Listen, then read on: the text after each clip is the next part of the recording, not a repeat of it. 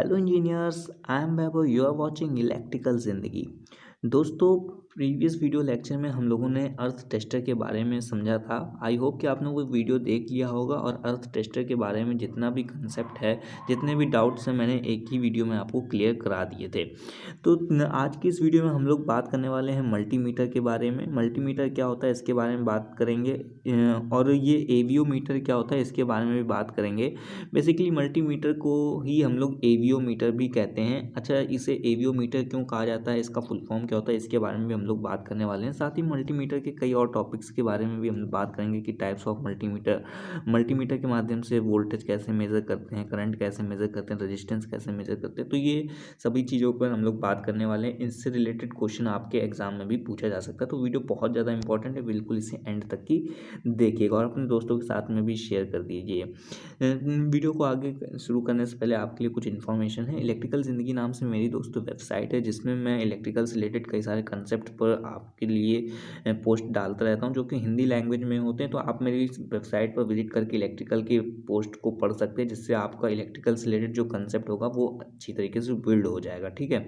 और साथ ही में जो मैं आज आपको पढ़ा रहा हूँ, इन सभी के नोट्स भी मैं आपको अपनी वेबसाइट पर ही अवेलेबल करा दूंगा। तो आज जो मैं आपको मल्टीमीटर पढ़ा रहा हूँ, इसका नोट्स आपको वीडियो के डिस्क्रिप्शन में मिल जाएगा। वहाँ से आप जा करके इसे डाउनलोड कर सकते हैं और अपने एग्जाम के टाइम पर भी इसे पढ़ सकते हैं। तो चलिएगा, वीडियो को हम लोग स्टार्ट कर लेते हैं और कुछ नया सीख लेते हैं। देखिए दोस्तों, जो मल्टीमीटर होता है, जैसे इसका नाम है मल्टीमीटर, अगर मैं इसको अच्छे से बताऊँ तो ये दो शब्दों को मिला करके बन रहा है। जैसे मल्टी और मीटर। मल्टी मतलब क्या होता है, कई सारे। मल्टी मतलब क्या होता है, कई सारी चीज़ें। ठीक है। और मीटर का मतलब क्या होता है कि गणना करने वाला, मतलब मीटर करना। ठीक है। तो मल्टीमीटर दो शब्दों से मिलकर बना है, जिसमें मतलब होता है मल्टीमीटर मतलब कई सारी चीज़ों का गणना करना। तो अपने नाम के अनुसार क्या होता है कि मल्टीमीटर क्या होता है, कई सारी इलेक्ट्रिकल क्वांटिटीज़ को मेज़र कर रहा होता है। अगर मैं आपको बिल्कुल इसका कंसेप्ट बिल्ड करूँ बिल्कुल बेसिक से, तो आपको पता है कि वोल्टेज को नापने के लिए हम लोग वोल्ट मीटर का यूज़ कर रहे थे, करंट को नापने के लिए हम लोग एमीटर का यूज़ कर रहे होते थे, रेजिस्टेंस को नापने के लिए हम लोग ओम मीटर का यूज़ कर रहे होते थे। इसी तरीके जितनी भी इलेक्ट्रिकल क्वांटिटीज़ थी, सबको नापने के लिए अलग अलग हम लोग मीटर्स का यूज़ कर रहे होते थे। अब ऐसे में अगर आप एक इलेक्ट्रीशियन हैं और किसी अपनी साइट पर जाते हैं काम करने के लिए, तो आपको कई सारे इंस्ट्रूमेंट्स को कैरी करना होगा अलग अलग चीज़ों को मेज़र करने के लिए। पर ऐसे में क्या होता है कि आपका पाउच होगा, मतलब कि जो आपका बैग होगा वो आपका काफ़ी वेटेड हो जाएगा और कई सारे इंस्ट्रूमेंट हो जाएंगे। ठीक है। तो इस समस्या को दूर करने के लिए इलेक्ट्रीशियंस की एक मीटर की निर्माण किया गया, जिसे हम लोग मल्टीमीटर कहते हैं। मल्टीमीटर बेसिकली कोई अलग रॉकेट साइंस नहीं है। इसमें क्या होता है कि जितने भी हमारे नॉर्मल मीटर्स होते हैं, उन सभी का हमारा कॉम्बिनेशन होता है मल्टीमीटर। जैसे कि हमारा वोल्टेज हो गया, करंट हो गया, रजिस्टेंस हो गया, हमारा फ्रीक्वेंसी हो गया, और ये भी जितनी भी हमारी इलेक्ट्रिकल क्वांटिटीज़ होती हैं जो हमारे एक स्पेसिफिक मीटर से नापी जा सकती हैं, उन सभी को हम लोग मल्टीमीटर के माध्यम से भी नाप सकते हैं। मल्टीमीटर क्या होता है कि एक हमारा यूनिट बन गया, एक एक ही मीटर होगा इसमें, और एक ही मीटर से कई सारी क्वांटिटीज़ को नाप सकते हैं। तो आई होप कि अभी तक आपको मल्टीमीटर का बेस क्लियर हो चुका होगा कि मल्टीमीटर का नाम क्या है और इसके नाम के आधार पर इसका काम क्या है। ठीक है। तो यहाँ पे समझिएगा मल्टीमीटर क्या होता है, मैंने परिभाषा लिख दी है, बाकी आप अपने लैंग्वेज में भी अपने एग्जाम्स में आंसर शीट पर लिख सकते हैं। अपने नाम के अनुसार मल्टीमीटर मल्टीपर्पस क्वांटिटी को मीटर करने में सक्षम होता है। मतलब मल्टीमीटर से हम लोग कई प्रकार की इलेक्ट्रिकल क्वांटिटी को मेज़र कर सकते हैं, जैसे एसी डीसी वोल्टेज हो गया, करंट हो गया, रेजिस्टेंस हो गया। इन सभी क्वांटिटीज़ को हम लोग मेज़र कर सकते हैं। ठीक है। अब ये मल्टीमीटर को जो एवीओ मीटर के नाम से हम लोग जानते हैं, एवीओ मीटर, ऐसा क्यों होता है? देखिए, हुआ यूँ था कि जब मल्टीमीटर का निर्माण किया गया था पहली बार, तब मल्टीमीटर के माध्यम से 3 क्वांटिटीज़ को ही मेज़र किया जा सकता था। वो 3 क्वांटिटी क्या थी? ए से एम्पियर हो गया, ठीक है, बी से वोल्ट हो गया और ओ से क्या हो गया? ओम हो गया। मतलब कि जब पहली बार मल्टीमीटर हमारा बनाया गया था, तब 3 ही क्वांटिटीज़ मेज़र की जा सकती थी उस मीटर से। एम पहला करंट, दूसरा वोल्टेज और तीसरा क्या? रेजिस्टेंस मेज़र किया जा सकता था।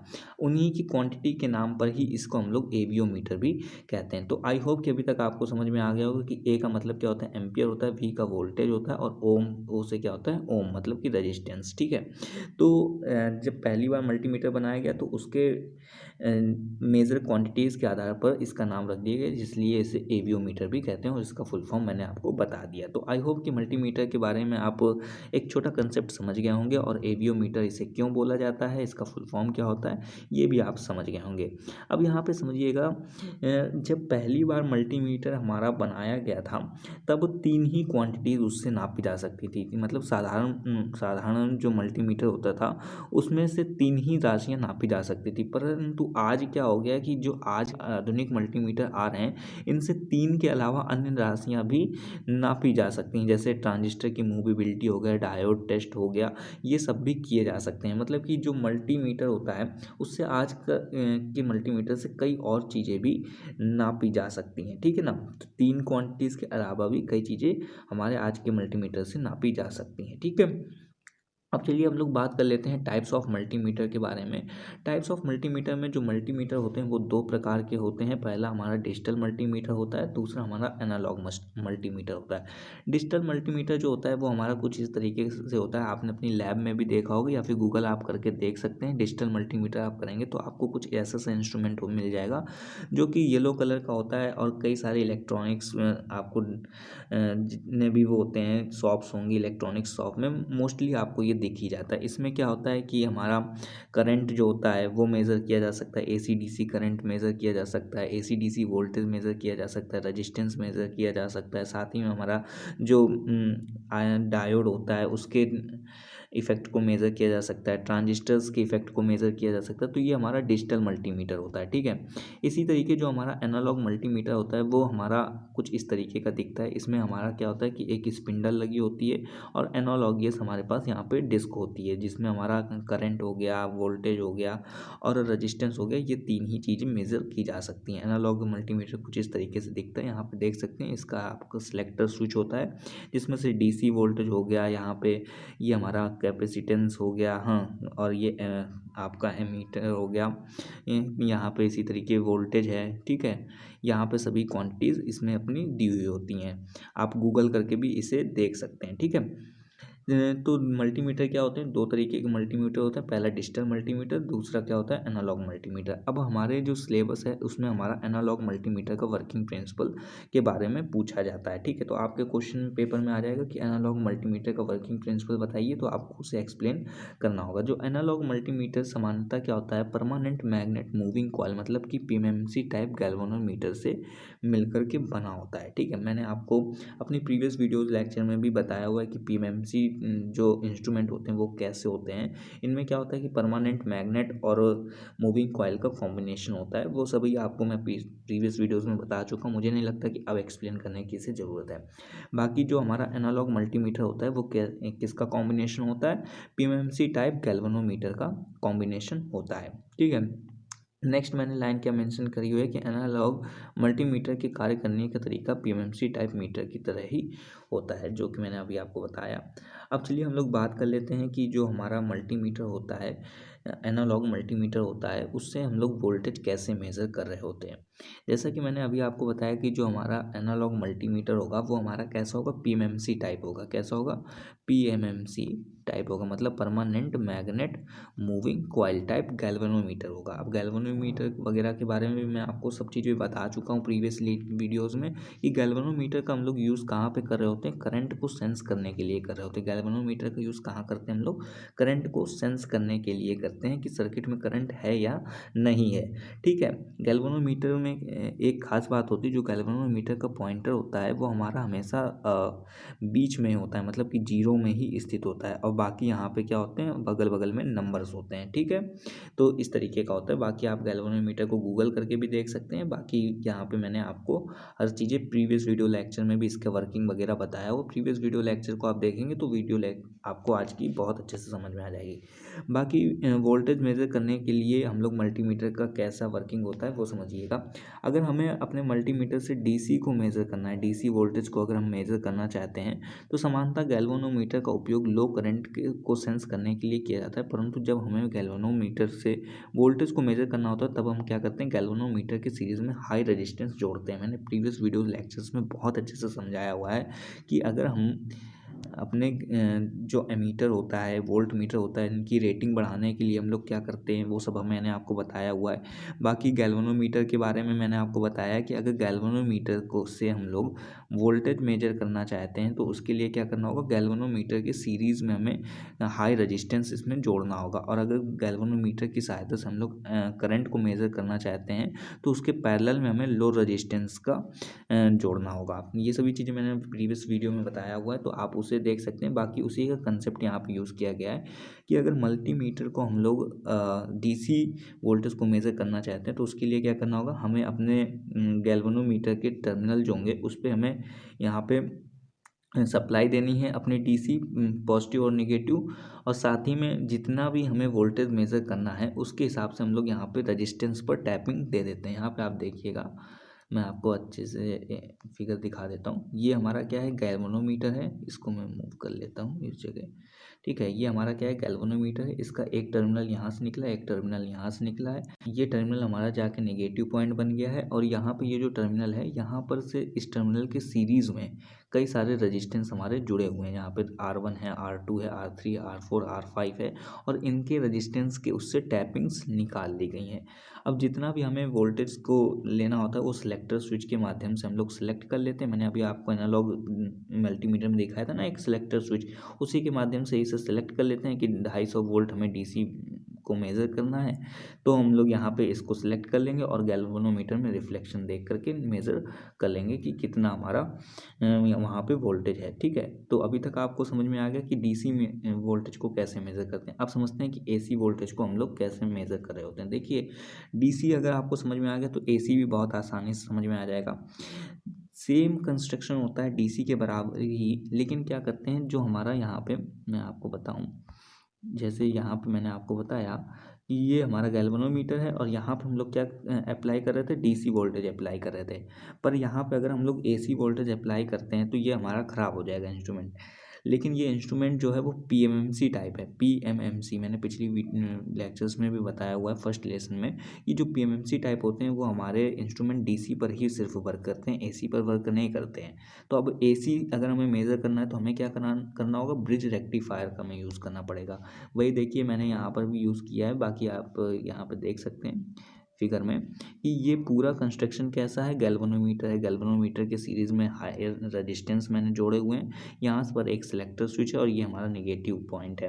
बाकी यहाँ पर ब्रिज रेक्टिफायर मैंने जोड़ा हुआ, और यहाँ से क्या दे रहे हैं हम लोग, एसी सप्लाई दे रहे हैं। बाकी आपको ये सभी चीज़ें मिल जाएंगी, तो आप इसे का अपने नोट्स में लिख सकते हैं।